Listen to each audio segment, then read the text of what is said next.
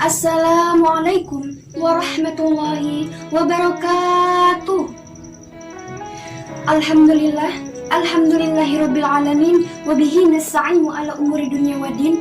Asyhadu an la ilaha illallah wahdahu la syarikalah wa asyhadu anna Muhammadan abduhu wa rasuluh.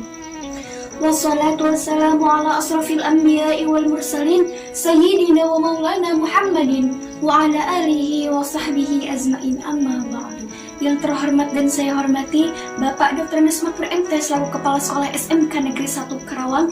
Yang terhormat dan saya hormati Ibu Alia Maidina SPD MPD selaku Wakasek Bidang Kesiswaan SMK Negeri 1 Karawang. Yang terhormat dan saya hormati Bapak Muhammad Nuryanto SPDI selaku Pembina Rohis SMK Negeri 1 Karawang. Yang terhormat dan saya hormati kepada seluruh Dewan Juri serta yang saya banggakan teman-temanku seiman dan seperjuangan. Hadirin hadirat rahimakumullah. Pertama-tama, marilah kita panjatkan puji dan syukur kehadirat Allah Subhanahu wa Ta'ala. Karena atas rahmat dan hidayahnya, alhamdulillah kita masih diberikan kesehatan di tengah pandemi seperti ini. Sholawat bertangkaikan salam semoga selalu tercurahkan kepada junjungan kita, Nabi kita, Rasul kita, yakni Nabi Muhammad, yang telah menghantarkan kita dari zaman kebodohan menuju zaman ilmu pengetahuan, yakni minaz zulmati ilal nur. Hadirin hadirat rahimakumullah, berdirinya saya di sini untuk menyampaikan sebuah pidato yang berjudulkan pentingnya berbakti dan taat kepada seorang ibu. Tahukah kalian, di balik mulianya seorang ibu, terkadang keberadaannya tak lagi dimuliakan oleh sebagian anaknya. Bukankah kita pernah mendengar kisah Malin Kundang yang dikutuk ibunya menjadi batu karena kedurhakaannya terhadap ibunya sendiri? Dan masih banyak lagi kisah ataupun cerita yang dapat kita ambil sebagai pelajaran akan pentingnya berbakti dan taat kepada seorang ibu. Kemudian, apabila kita mengamati dan melihat di sekeliling kita, bukankah masih terdapat anak yang berperilaku buruk terhadap ibunya, mendurhakai ibunya sendiri, bahkan ada yang mengucapkan perkataan kasar kepadanya. Padahal Allah Subhanahu wa Ta'ala telah melarang kita untuk berkata kasar kepada mereka, sebagaimana yang dijelaskan dalam Al-Quran surat Al-Isra ayat 23 yang berbunyi, A'udzubillahi minasyaitonirrajim. Bismillahirrahmanirrahim. Imma yablughanna indaka al-kibara ahaduhuma aw kilahuma fala takul lahuma uffin wa la tanharhuma wa qul lahuma qawlan karima. Yang artinya, jika salah seorang di antara keduanya atau kedua-duanya telah lanjut usia di dalam pemeliharaanmu, maka jangan sekali-kali engkau mengatakan perkataan kasar kepadanya, dan janganlah engkau membentak keduanya, dan ucapkanlah perkataan yang baik kepadanya.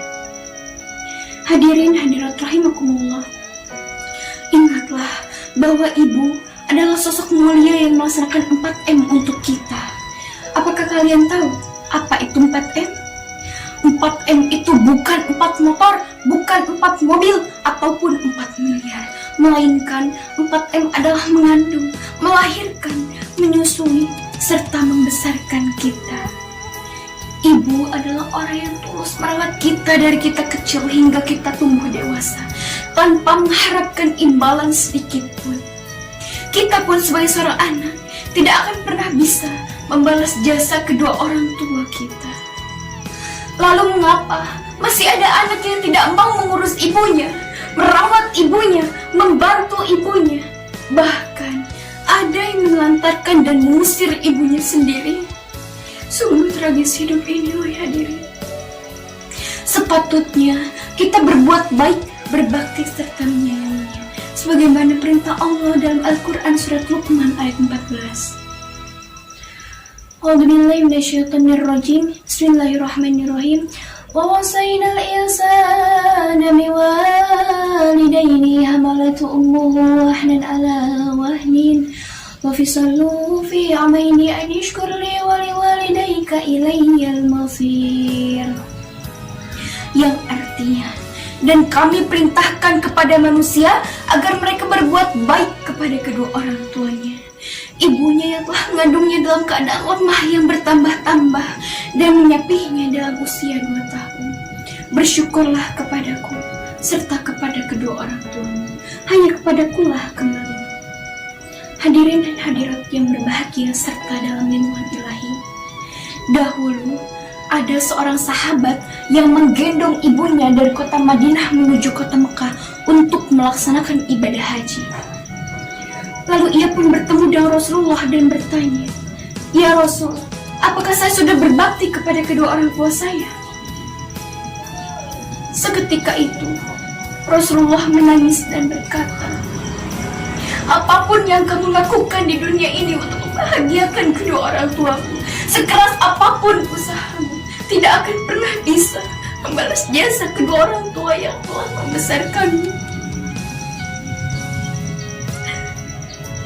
Ketahuilah, ibu memiliki kewajiban untuk mendidik anak-anaknya dengan menanamkan nilai-nilai kebaikan dan ketakwaan kepada Allah Subhanahu wa Ta'ala. Kita pun sebagai seorang anak, hal apa saja yang harus kita lakukan terhadap mereka? Yang pertama ialah berbakti dan taat kepada kedua orang tua kita. Yang kedua, menjaga ucapan ketika berbicara dengan kedua orang tua kita. Yang ketiga, mendoakan kedua orang tua kita. Kemudian, dalam segala urusan ataupun pekerjaan, hendaklah meminta restu kepada kedua orang tua kita. Li'anna ridallaha fi ridha walidain wa subtullaha fi subtil walidain. Hadirin hadirat rahimakumullah. Kesimpulannya adalah, sebagai generasi Islam, kita tidak hanya dituntut untuk cerdas secara intelektualitas, melainkan juga diharuskan untuk berbakti dan taat kepada kedua orang tua kita yang telah menjadi sebab kita berada di dunia ini. Dan ingatlah bahwa al-jannatu tahta aqdamil ummahati. Sebelum saya mengakhiri pidato ini, saya akan menyanyikan sebuah lagu yang insya Allah akan menambahkan rasa cinta kita terhadap kedua orang tua kita. Rabbi ghafirli wali walidayya warhamhuma kama rabbayani shaghira. Dan itulah doanya anak-anak yang soleh dan anak solehah. Ya Allah, ampuni dosa-dosaku dan dosa kedua orang tuaku, terutama ibuku yang telah mengandungku, melahirkan dan menyusuiku serta menyayangiku.